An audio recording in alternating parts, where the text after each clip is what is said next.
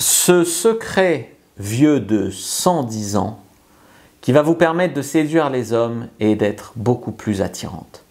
Bonjour à toutes, c'est Fabrice Julien, coach et auteur, expert en séduction depuis 2010, pas depuis 110 ans, auteur de Le Trouver, Le Rencontrer, Le Garder. Alors pourquoi je vais vous sortir de mon chapeau ce secret de grand-mère, ou plutôt cette recette de grand-père? Déjà, oui, c'est vrai que je ne fais pas mon âge, hein, donc 110 ans, je ne les fais pas.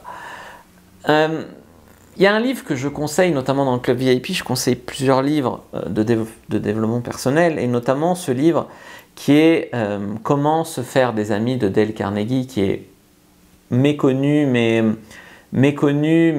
c'est pas mérité. C'est souvent le titre qui freine les gens, alors que c'est un livre de dev perso qui est extraordinaire. Il y a d'autres livres dans le club VIP, il y a un onglet bibliothèque dans lequel il y a mes conseils de lecture. Donc franchement, si vous n'êtes pas encore dans le club VIP, je ne sais pas pourquoi vous n'y êtes pas, hein, il y a 1 euro l'offre découverte, donc voilà. Non, franchement, ce secret vieux de 110 ans, il se divise en 7 conseils que je vais vous dévoiler dans cette vidéo. Donc d'ailleurs, juste après l'intro, moi je vous mets un lien aussi si vous voulez lire le livre de Dale Carnegie, Comment se faire des amis, dans la description de la vidéo. Je retrouve juste après l'intro, donc pour ces 7 conseils qui sont autour de ce secret qui est vieux de 110 ans, donc vieux depuis ce livre. Mais avant de commencer, je vous offre un guide gratuit sur la séduction ainsi qu'une série de conseils gratuits eux aussi par email. Pour les recevoir, si vous êtes intéressé, c'est très simple. Cliquez sur le premier lien dans la description de la vidéo. Si vous êtes motivé, vous le trouverez. Abonnez-vous et activez la cloche parce que si vous ne le faites pas, YouTube ne vous préviendra pas à la sortie des prochaines vidéos et vous allez rater des pépites. Mettez un like pour me faire savoir que vous pensez que cette vidéo est utile et pour que j'en fasse d'autres comme ça ou sur ce thème-là. Si vous pensez que ce contenu est utile, partagez-le en public ou en privé, je comprendrai. Vous pouvez aussi me laisser un commentaire, je les lis tous et j'y répondrai avec grand plaisir. Premier conseil que j'ai envie de vous donner, c'est de ne pas user, ni vous-même ni l'autre. De ne pas vous fatiguer à répéter 1000 et 1000 et 1000 fois les mêmes choses. Alors pourquoi je vous parle de ça? Eh bien, imaginez que un mec sait ce que vous avez envie, c'est quels sont vos besoins, c'est quelles sont vos attentes, c'est ce que c'est. Voilà. Il a le plan pour vous plaire, mais il ne le fait pas. Est-ce que vous allez vous user à lui dire 1000 fois « Oui, mais quand tu me laisses 72 heures sans SMS, j'ai pas l'impression qu'on soit un couple ». Est-ce que vous allez vous fatiguer à lui dire ça pendant 6 mois, 1 an et à vous croire en couple avec lui? Non. Maintenant, si vous lui avez dit clairement que vous aviez besoin tous les jours d'un petit texto au moins de bonne nuit et que ça prend 2 secondes quand il va au lit, ça montre qu'il pense à vous et que c'est très important pour vous, maintenant il a le choix. Soit il fait cet effort parce qu'il sait que ça vous fait énormément plaisir et dans ce cas-là, vous continuez la relation avec lui. Soit il ne le fait pas, c'est qu'il s'en fout de vous. D'accord?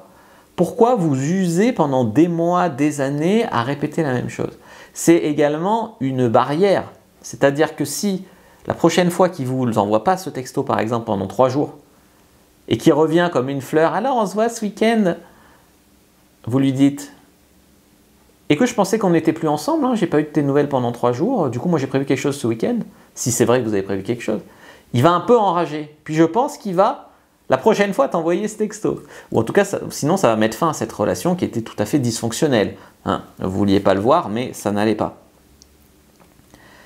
Donc, si vous avez besoin de vous user à répéter les choses 1000 fois, c'est quoi? C'est un mec qui ne vous comprend pas, qui s'en fiche de vous, qui ne vous respecte pas, ou qui n'est pas capable de vous donner ce dont vous avez besoin ou envie dans un couple.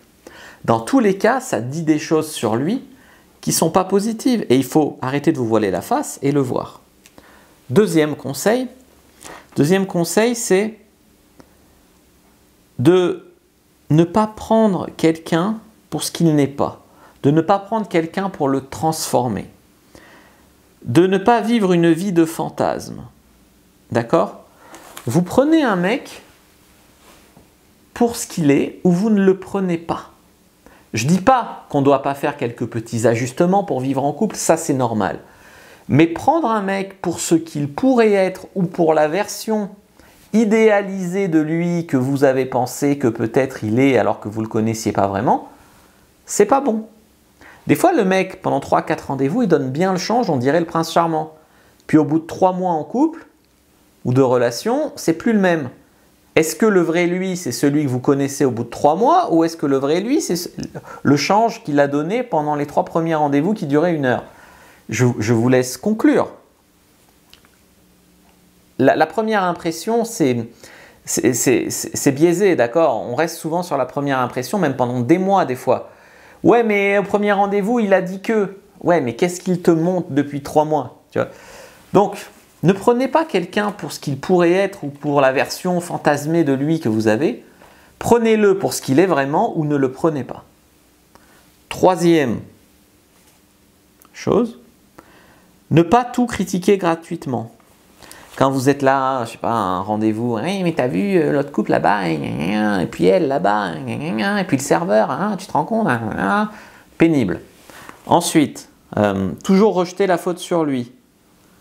Ouais, mais tu me comprends pas, ouais, mais t'es nul, ouais, mais c'est ta faute, ouais, mais là on est en retard au cinéma, c'est ta faute, ouais, mais là, non, c'est ta faute, c'est ta faute, c'est ta faute, c'est ta faute, c'est ta faute, c'est ta faute.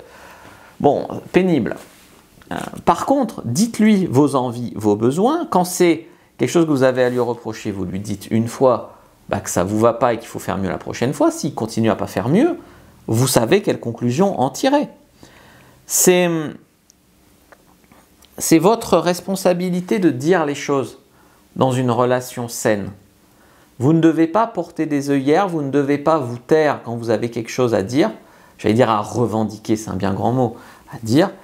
Je ne vous encourage pas à faire des demandes illégitimes. Je sais pas, je veux les clés de chez toi au bout de 3 semaines de relation, c'est non. Maintenant, je veux un petit texto de bonne nuit tous les soirs au bout de 3 mois de couple, c'est oui. Tu vois ce que je veux te dire? Gardez le sens des proportions quand même. Alors ensuite, 4. Montrez votre appréciation honnête. Ça veut dire merci quand il vous invite quelque part. Ça veut dire que s'il vous invite chez lui et que vous avez envie d'avoir une relation équilibrée avec lui, c'est la politesse de l'inviter chez vous. Des fois, par petit calcul on va dire, de séduction, vous oubliez les bases de la politesse, les bases du savoir-vivre. Comme j'ai dit dans une précédente vidéo, vos valeurs, c'est vous. Vous êtes une fille polie. Alors bien sûr, si vous invitez chez lui mais que vous ne voulez pas donner suite et pas le revoir, non, ne l'invitez pas chez vous. Mais si il vous a invité chez lui et que vous cherchez à le séduire et que vous avez envie de le revoir, pourquoi vous ne l'invitez pas chez vous? Voilà. C'est la politesse. Chacun invite à son tour, c'est la politesse. C'est assez basique, mais il faut quand même le rappeler des fois. Dire merci quand il t'invite quelque part. Ouais, mais je dis pas merci parce que sinon je le mets en position de force. Mais oh, je sais pas, il te paye un resto, tu dis merci, c'est la base. Voilà, c'est tout. Bon, ça ne veut pas dire que tu lui dois quoi que ce soit de plus, mais au moins dire merci. 5. Avoir des petites attentions. Parfois, les petites choses, et vous vous en rendez pas compte, mais en tant que femme, vous avez un énorme pouvoir sur les hommes. Parfois, les toutes petites choses impactent énormément la journée des hommes. Petites choses, gros effets. Exemple, ce matin, je me suis levé et j'ai petit déjeuner avec une fille et elle m'a dit « T'as de la chance, toi t'es beau même au réveil, même pas coiffé. » Ça m'a fait ma journée. Petit compliment, gros effet. Et souvent vous dites « Oui, mais si je le complimente trop, il va plus se sentir. » Mais dans une relation de couple, vous êtes là pour vous faire sentir bien mutuellement. Toi, un mec qui jamais te ferait sentir bien, jamais te complimenterait, tu n'en voudrais pas. Donc ne sois pas cette fille-là. Donc ne pas hésiter à avoir des petites attentions qui finalement vont rendre sa journée bien meilleure.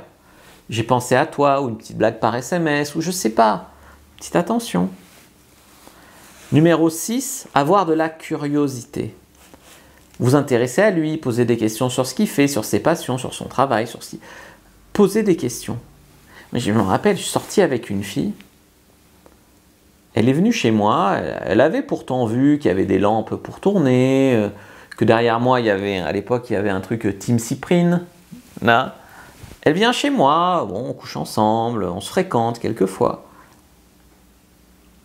Mais jamais elle me demande ce que je fais dans la vie. Jamais elle me demande pourquoi il y a des appareils photo haut de gamme chez moi, pourquoi il y a des lampes, pourquoi...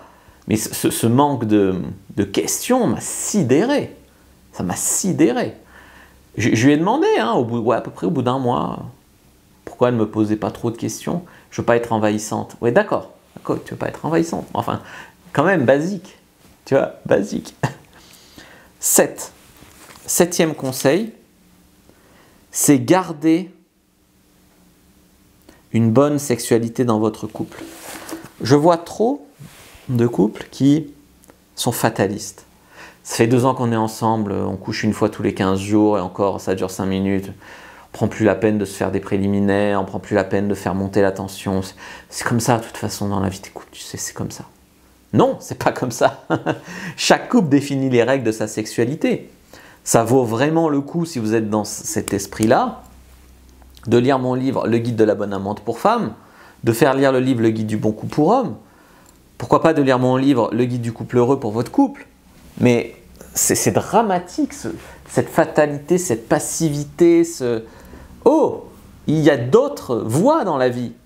Là, vous vous mettez vous-même pas dans la bonne direction, laissez-moi vous le dire, hein, pour une vie heureuse.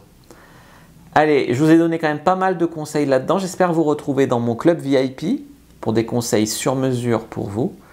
J'espère aussi que vous allez lire mon livre « Comment le retrouver, le rencontrer, le garder ». Moi, je vous dis à bientôt et que le Dieu de la séduction soit avec vous, les amis.